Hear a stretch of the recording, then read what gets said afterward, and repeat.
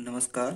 मैं Surendra Jaipal BSc second year की botany की ऑनलाइन क्लासेज में आपका स्वागत करता हूं। पिछले वीडियो में अपन ने बीएससी सेकेंड ईयर के बॉटनी के सेकंड पेपर के बारे में डिस्कस किया था, जिसमें अपन ने देखा था कि उसमें 5 यूनिट होती हैं और उसमें से अपन ने चौथी यूनिट को स्टार्ट किया था, जिसमें चौथी यूनिट थी जिसका नाम था इकोनॉमिक बॉटनी। और अपन ने उसकी डेफिनेशन के बारे में भी पढ़ा था और इकोनॉमिकली इम्पोर्टेंस कौन कौन से जो प्लांट हैं उनके बारे में डिस्कस किया था। इसके अलावा इकोनॉमिक रूप से प्लांट के कौन से पार्ट यूजफुल हैं उनके बारे में भी डिस्कस किया था। फिर अपन ने इकोनॉमिकली इम्पोर्टेंस जो फूड प्लांट थे उनके बारे में डिस्कस किया था, जिसमें अपन ने कुछ मेजर सीरियल क्रॉप्स के बारे में और माइनर सीरियल क्रॉप्स के बारे में बताया था। तो पिछले वीडियो में अपन ने मेजर जो सीरियल क्रॉप्स थी उसमें वीट का एग्जाम्पल पढ़ा था। तो आज अपन इस वीडियो के अंदर वीट, उसके कल्टीवेशन, उसके ओरिजिन, उसका यूजफुल और उसके अंदर किस प्रकार की डिजीज प्रोड्यूस होती है उसके बारे में अपन डिस्कस करते हैं। तो सबसे पहले अपन वीट का बॉटनिकल नेम देखें तो वीट का बॉटनिकल नेम ट्रिटिकम एस्टिवम होता है। क्या नाम है बॉटनिकल नेम? Triticum aestivum. और ये कौन सी फैमिली का प्लांट है? तो पोएसी या ग्रेमिनी फैमिली का प्लांट है। और इसका लोकल नेम होता है वो है गेहूं या वीट। अब जो वीट की उत्पत्ति है या उसका डिस्ट्रीब्यूशन है वो कहाँ कहाँ पर है तो अपन देखते हैं। जनरली जो वीट क्रॉप्स है जो टेम्परेट रीजन की मेजर क्रॉप्स है।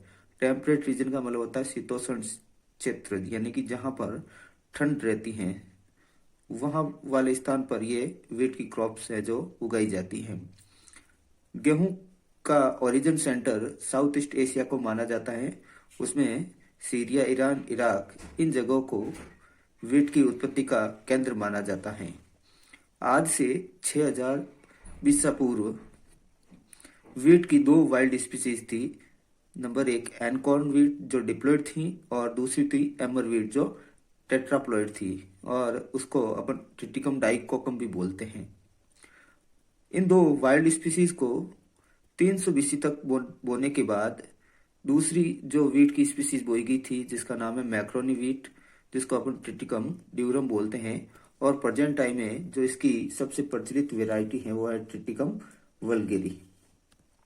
अब इसके बाद में अपन पढ़ते हैं एक वेविलोव नामक साइंटिस्ट था जिसने वीट की उत्पत्ति को बहुस्थली उत्पत्ति माना, यानी कि उनके अनुसार वीट की उत्पत्ति है जो अलग अलग स्थानों में वीट की अलग अलग वेराइटी की उत्पत्ति हुई थी। जैसे उसने बताया था एनकॉर्न वीट जो डिप्लॉयड होता है इसकी उत्पत्ति एशिया माइनर को माना गया है, जबकि एमर और जो ड्यूरम वीट है उस जो टेट्राप्लॉयड होते हैं उसकी उत्पत्ति को एब्सीनिया और नॉर्थ अफ्रीका को माना गया है। जो ब्रेड वीट होता है इसकी उत्पत्ति को मिड एशिया माना गया। अब अपन नेक्स्ट पढ़ते हैं इसमें जो वर्ल्ड के अंदर सबसे ज्यादा गेहूं उत्पादक देश कौन कौन से हैं। तो विश्व के अंदर या वर्ल्ड के अंदर सबसे ज्यादा यानी कि प्रथम स्थान पर जो देश है वो रसिया, जो सबसे ज्यादा गेहूं का उत्पादन करता है। उसके बाद में आता है United state of America, third number पर है चाइना, और हमारा देश जो इंडिया वर्ल्ड के अंदर इसका चौथा स्थान होता है गेहूं के उत्पादन की दृष्टि में।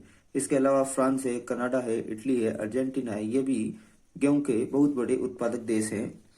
इंडिया के अंदर मुख्यतः गेहूं की 3 स्पीसीज बोई जाती हैं, यानी कि गेहूं के उत्पादन के 88% भाग पर ट्रिटिकम एस्टिवम यानी कि ब्रेड वीट को बोया जाता है।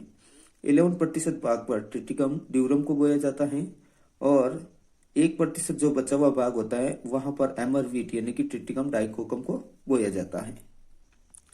अगर अपन इसका बॉटनिकल कैरेक्टर देखें तो वीट है जो एक वर्षीय शाकीय पौधा होता है जिसकी हाइट 2 से 5 फीट होती है, और जो इसका स्टेम होता है जिसे क्लम भी बोलते हैं, जो पर्व और पर्व संधियों में विभेदित होता है। जो वीट की आधारीय पर्व संधियां होती हैं वहां से द्वितीयक और तृतीयक शाखाएं निकलती हैं जिन्हें अपन तल शाखाएं कहते हैं, और इस प्रकार के शाकन को अपन तल शाकन कहते हैं, जिसके कारण जो वीट का प्लांट है जो गुच्छे में दिखाई देता है, ऐसा लगता है एक साथ बहुत सारे वीट के प्लांट उगे हुए होते हैं। तो ये वीट के प्लांट का डायग्राम है और इसके अंदर नीचे की तरफ एडवेंटिशियस और फाइब्रस रूट प्रेजेंट होती हैं और ये स्टेम है जो आउटर इरेक्ट होता है और बेलनाकार होता है और इसके अंदर जो लीव्स होती हैं वो अल्टरनेट कर सीक्वेंस में लगी रहती है, यानी कि एक तरफ इधर निकलेगी, दूसरी लीफ है जो इधर की साइड निकलेगी। और इधर वाला जो डायग्राम है, इस डायग्राम के अंदर वीट के अंदर टिल्टिंग को शो किया गया, यानी कि तल शाकन को शो किया गया, जिसमें से पहले प्राइमरी स्टेम होता है, उस प्राइमरी स्टेम से सेकेंडरी स्टेम बनता है और सेकेंडरी से टर्टरी स्टेम बनता है और इस प्रकार वीट का प्लांट है जो एक गुच्छे के अंदर दिखाई देता है। वीट के अंदर जो एडवेंटिशियस और फाइब्रस रूट प्रेजेंट होती हैं, यानी कि अपस्थानिक जड़ें और रेशेदार जड़ें पाई जाती हैं। इनकी जो लीव्स होती हैं, वीट की जो लीव्स वो अल्टरनेट क्रम में लगी रहती है, यानी कि एकांतर क्रम में लगी रहती हैं और आइसोबाइलेटरल यानी कि समद्विपार्श्विक होती हैं और लीफ के अंदर जो शिराविन्यास होता है वो समानांतर शिराविन्यास होता है। आइसोबाइलेटरल लीफ का मतलब होता है, यानी कि समद्विपार्श्विक लीफ का मतलब होता है इस प्रकार की लीफ के अंदर दोनों साइड है जो सनलाइट का अफेक्ट होता है। अपन अगर इसके अंदर पुष्पक्रम की बात करें तो पुष्पक्रम है जो इनके अंदर इसकी जब कायिक वृद्धि या वेजिटेटिव ग्रोथ कंप्लीट हो जाती है तो इसके अंदर स्पाइक प्रकार का पुष्पक्रम लगता है और इस पुष्पक्रम या स्पाइक के लगने की जो प्रोसेस होती है उसको अपन प्रोरहन यानी कि शूटिंग या बूटिंग बोलते हैं। और एक स्पाइक है जो 15 से 20 स्पाइकिकाओं से बना होता है। आपने इन्फ्लोरेसेंस के बारे में कक्षा 12th में और 11th में पढ़ा होगा। पुष्पक्रम का मतलब होता है पुष्प अक्ष पर पुष्पों के लगने की व्यवस्था को अपन बोलते हैं पुष्पक्रम। तो गेहूं के अंदर किस प्रकार का पुष्पक्रम पाया जाता है? तो स्पाइक प्रकार का पुष्पक्रम पाया जाता है जो असीमाक्षी पुष्पक्रम का एक भाग है।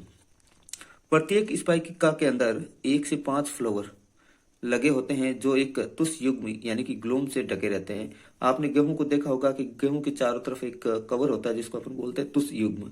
अब जो इसकी मैच्योर ओवेरी होती है उसके अंदर एक दाना विकसित होता है जिसको अपन बोलते हैं कैरियोप्सिस, यानी कि कहने का मतलब होता है गेहूं के जो मैच्योर फल होता है उसको अपन बोलते हैं कैरियोप्सिस। और इसका जो फल होता है, जो फल बित्ती होती है और जो बीज चोल होता है वो आपस में संयुक्त रहते हैं। और गेहूं का जो बीज होता है वो एंडोस्पर्मिक होता है, यानी कि भ्रूणपोषी होता है। भ्रूणपोषी का मतलब होता है इसके अंदर भ्रूण पोष की कुछ मात्रा बची रहती है। और इसके अलावा सीड के अंदर स्टार्च भी प्रेजेंट रहता है और सीड है जो एलिरॉन लेयर से कवर्ड रहता है। अब जो सीड या वीट के सीड के अंदर जो कौन कौन से कंपोनेंट्स होते हैं, तो इसके अंदर 60 से 80% है स्टार्च है, 8 से 5% है जो प्रोटीन्स हैं और 1.5 to 2% है जो लिपिड्स और मिनरल्स इसके अंदर पाए जाते हैं। इसके अलावा विटामिन बी है, विटामिन ई है और जल की मात्रा है जो इसके अंदर 12% पाई जाती है। अब जो नेक्स्ट है उसमें अपन देख पढ़ेंगे कि वीट के लिए कैसी जलवायु या क्लाइमेट की आवश्यकता होती है और कैसे इसका कल्टीवेशन करते हैं। तो जनरली अपन को पता है कि वीट है जो एक रबी की फसल है, यानी कि शरद ऋतु में इसको बोया जाता है। जनरली ये कहाँ उगाई जाती है? तो इसको शीतोष्ण क्षेत्र या टेम्परेट रीजन में उगाया जाता है। और इसके लिए सबसे जो उपयुक्त मिट्टी रहती है वो है दोमट मिट्टी या लोमी सॉइल्स होती है और इसके अंदर जो जल धारण क्षमता होती है वो मीडियम होती है। जनरली जो वीट की बुआई है या सोविंग है वो अक्टूबर और नवंबर माह में स्टार्ट की जाती है। इसको बुआई करने से पहले खेतों का समतलीकरण किया जाता है, फिर उसके अंदर पहले सिंचाई की जाती है, फिर जो सीड होते हैं उनको जो कवकनाशी होते हैं उनके ऊपर इसका छिड़काव किया जाता है ताकि सीड के अंदर कोई किसी भी प्रकार का इन्फेक्शन नहीं होता है। और फिर जो बुआई है सीड की वो या तो छिड़काव करके की जाती है या उनको चौब कर की जाती है। जनरली जो वीट की जो खेती के हैं उसकी सिंचाई के लिए सिंचाई कब करनी चाहिए? तो जनरली पहले तो जब अपन वीट की बुआई करते हैं उससे पहले इसको एक बार खेतों की सिंचाई की जाती है। उसके बाद में बुआई के 3 से 4 सप्ताह बाद है जो उसकी सिंचाई की जाती है। और उसके बाद में जब वीट के अंदर सीड बनने लगते हैं तब एक बार और उसकी सिंचाई की जाती है। जनरली जो वीट के अंदर फर्टिलाइजर यूज होता है वो है यूरिया, जिसके अंदर नाइट्रोजन कंपोनेंट्स होता है। इसके अलावा फॉस्फोरस है, पोटास है, इसका यूजेस होता है जो वीट की प्रोडक्शन रेट को बढ़ाते हैं। अब नेक्स्ट है जो निराई यानी कि वीडिंग, यानी कि जो वीट के साथ में कुछ अनावश्यक घासें भी उग जाती हैं, तो उनको हटाने के लिए अपन 2,4-D के छिड़काव भी कर सकते हैं। और इसके अलावा अपन आवश्यकता अनुसार कीटनाशी जो कीटाणुओं का नाश करता है और कवकनाशी जो फंगस का नाश करता है, उसका भी अपन छिड़काव कर सकते हैं। तो अपन ने गेहूं की निराई यानी कि वीडिंग के लिए अपन किसका यूज कर सकते हैं? 2,4-D का यूज कर सकते हैं। और जो 2,4-D होता है उसका पूरा नाम होता है 2,4-डाइक्लोरोफिनॉक्सी एसिड, जो क्या करता है, गेहूं के साथ में जो अनावश्यक घास उगती हैं उनको ये नष्ट करता है। अब जो गेहूं की कटाई है या हार्वेस्टिंग कब की जाती है? तो इसकी हार्वेस्टिंग या कटाई है जो जनवरी के अंतिम सप्ताह से शुरू कर दी जाती है और अप्रैल मई तक इसकी कटाई की जाती है। और कटाई है जो दरांती, जिसको अपन हंसिया भी बोल सकते हैं, उसके द्वारा की जाती है। कटाई है जो गेहूं का प्लांट होता है उसको जमीन के लेवल के बराबर से काटा जाता है, फिर उनकी जो पूलियां बांध कर उनको रखा जाता है। फिर जो कटाई होती है, कटाई कब की जाती है? तो जो गेहूं की पत्तियां हैं वो पीली पड़ जाती है, स्टेम भी पीला पड़ जाता है और गेहूं के दाने जब पक जाते हैं उस समय जो कटाई शुरू कर देते हैं। कटाई करने के बाद में थ्रेसिंग की जाती है। तो थ्रेसिंग क्या होता है? तो जो अपन ने गेहूं के कटाई की थी, तो उनकी बालियों के अंदर जो दाने होते हैं उन दानों को पृथक करने की प्रक्रिया है जो थ्रेसिंग की जाती कहलाती है। और थ्रेसिंग के लिए जनरली बहुत सारी आजकल मशीनें आ गई हैं, उसके द्वारा थ्रेसिंग की जाती है। पहले है जो थ्रेसिंग की प्रक्रिया है जो गेहूं के जो दाने थे या बालियां थी उनको कुचल कर किया जाता था या उनके ऊपर रोलर फेर कर किया जाता था। अब थ्रेसिंग के बाद में जो गेहूं होते हैं उनका भंडारण किया जाता है। तो भंडारण करने के लिए क्या किया जाता है? जो ड्राई ग्रेन्स होते हैं या शुष्क दाने होते हैं उनको बोरों में भरकर भंडार गृह में रखा जाता है। और भंडार गृह में कवकनाशी या कीटनाशी का भी छिड़काव होता है। और इस दौरान अपन जो जहां पर गेहूं का भंडारण करते हैं वहां पर नमी नमी है नमी नहीं रखनी चाहिए। नमी अगर रहती है तो गेहूं है जो उसके अंदर फंगस लगने का डर रहता है और गेहूं है जो गेहूं की फसल है जो सड़ने लगती है। तो भंडारण के लिए अपन अलग अलग जगह यूज कर सकते हैं, जैसे कंक्रीट की बनी चार दीवारी है उसके अंदर भी यूज कर सकते हैं, या फिर अपने घरों में जो पारंपरिक भंडारण है तो उसका भी यूज कर सकते हैं। अब भंडारण के बाद में जो गेहूं होता है उनका पैसण यानी कि मिलिंग की जाती है। तो पैसण या मिलिंग क्या होता है? तो जो गेहूं के दाने होते हैं उनको पीस कर गेहूं के दाने को पीसकर आटा प्राप्त करने की प्रक्रिया है जो पैसण कहलाती है। गेहूं का जो पैसण की प्रक्रिया है वो चक्की से की जाती है। इसके अलावा बड़े बड़ी फैक्ट्रियों के अंदर रोलर्स के द्वारा की जाती हैं। अब नेक्स्ट है जो अपन कुछ गेहूं की इम्प्रूव्ड वेराइटीज के बारे में पढ़ते हैं। तो गेहूं की जो उन्नत किस्में विकसित करने का श्रेय भारत के अंदर डॉक्टर बीपी पाल को जाता है। और इनके द्वारा जो गेहूं की किस्में विकसित की गई वो थी NP 700 एंड NP 800। ये किस्में है जो कीट प्रतिरोधी और उच्च उत्पादन क्षमता वाली किस्में हैं। डॉक्टर बीपी पाल के बाद में जो गेहूं की जो किस्में विकसित करने में सबसे बड़ा योगदान रहा हुआ है डॉक्टर MS स्वामीनाथन का। इनका नाम सभी लोग जानते हैं। इनको father of Indian green revolution कहा जाता है, यानी कि इनको भारत के अंदर हरित क्रांति का जनक कहा जाता है। अगर अपन को वर्ल्ड लेवल पर पूछें कि भाई हरित क्रांति के जनक कौन है, तो नॉर्मन बोरलॉग है जिनको वर्ल्ड लेवल पर हरित क्रांति का जनक कहा जाता है। अपन के इंडिया के अंदर जो हरित क्रांति के जनक हैं उनका नाम है डॉक्टर MS स्वामीनाथन। इन्होंने जो गेहूं की बोनी किस्में विकसित की थी और इनके द्वारा विकसित गेहूं की कुछ वेराइटीज है, जैसे सरबती सोनारा है, कल्याण सोना है, सफेद लरमा, छोटी लरमा, सोलानिका, ये सब है जो इन्होंने ICAR में विकसित की थी। और अगर ICAR की अपन कंप्लीट फुल फॉर्म देखें तो Indian council of agriculture research. इसके अलावा गेहूं की जो दूसरी वेराइटीज हैं वो भी डेवलप की गई हैं, जैसे सेरा है, Hira, Moti, Janak, Kamal, Shailja, Arjun, WH 147, WH 285, Meghdoot, Sujata, Nilgiri, HUW 206, HUW 1209 etcetera. बहुत सारी किस्में हैं जो अभी वर्तमान में उपलब्ध हैं।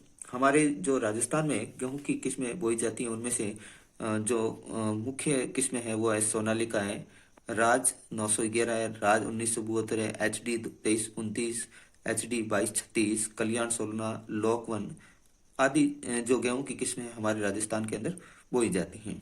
अब गेहूं का अपन उपयोग पढ़ते हैं तो इनका उपयोग कहाँ होता है, तो जनरली वर्ल्ड के अंदर गेहूं का सबसे ज़्यादा उपयोग है जो भोजन के रूप में किया जाता है। गेहूं के आटे के अंदर ग्लूटीन जो कि एक प्रोटीन है, इसकी उपस्थिति के कारण इसका यूज है जो बेकरी उत्पाद में भी किया जाता है, जैसे ब्रेड है, केक है, इनको बनाने में किया जाता है। इसके अलावा नूडल्स हैं, बिस्किट हैं, इनके उत्पादन में भी होता है। इसके अलावा गेहूं से जो सूजी और मैदा भी बनाया जाता है और इससे भी मैदे से भी अनेक प्रोडक्ट बनाए जाते हैं। इसके अलावा जो ब्रान होता है, ब्रान का मतलब होता है जब अपन गेहूं के आटे को छानते हैं तो जो पीछे बचा हुआ कचरा होता है उसको बोलते हैं अपन ब्रान। और भूसे का मतलब होता है जब अपन थ्रेसिंग करवाते हैं तो गेहूं के दाने एक तरफ हो जाते हैं और जो चारा बनता है उसको बोलते हैं अपन भूसा। इनका उपयोग है जो पशु आहार के रूप में हो जाता है। इसके अलावा जो गेहूं के ड्राई स्टेम होते हैं उनसे चटाई है, कागज है, गत्ते आदि बनाए जाते हैं। इसके अलावा इसका यूज है जो गेहूं का अगर अपन किण्वन करवाते हैं तो इसका उपयोग है जो एल्कोहल निर्माण में भी होता है। अब गेहूं की फसल के अंदर जो मेनली कौन कौन से रोग उत्पन्न हो सकते हैं, तो उसमें से कुछ इम्पोर्टेंस डिजीज है जैसे ब्लैक रस्ट डिजीज। तो इस डिजीज का जो पैथोजन होता है वो पक्सिनिया ग्रेमिनस होता है। पक्सिनिया ग्रेमिनस ट्रिटिसाई जो कि एक फंगस है। तो इस डिजीज के रोकथाम के लिए अपन को प्रतिरोधी किस्में बोई जानी चाहिए। इसके अलावा दूसरी जो वीट की डिजीज है वो है लूट स्पॉट ऑफ वीट, जो आपने फर्स्ट ईयर में पढ़ी होगी। तो इसका जो पैथोजन होता है वो भी एक फंगस है जिसका नाम है एस्टिलेगो ट्रिटिसाई। तीसरा जो गेहूं की डिजीज है वो है लीफ ब्लाइट। इसका भी पैथोजन है जो एक फंगस है जिसका नाम है अल्टरनेरिया ट्रिटिसिना। और एक डिजीज है जिसका नाम है टुंडू डिजीज जो बैक्टीरिया के कारण होती है और उस बैक्टीरिया का नाम है कोरिनी बैक्टीरियम ट्रिटिसाई। तो आज की वीडियो में अपन ने फूड प्लांट्स के बारे में डिस्कस किया था जिसमें अपन ने गेहूं की कल्टीवेशन, गेहूं की क्लासिफिकेशन, इसके अलावा गेहूं की जो वेराइटीज है, यूजेज है और गेहूं के अंदर जो कौन कौन सी डिजीज डेवलप होती हैं उनके बारे में डिस्कस किया था। नेक्स्ट वीडियो के अंदर अपन नेक्स्ट फूड प्लांट राइस के बारे में डिस्कस करेंगे।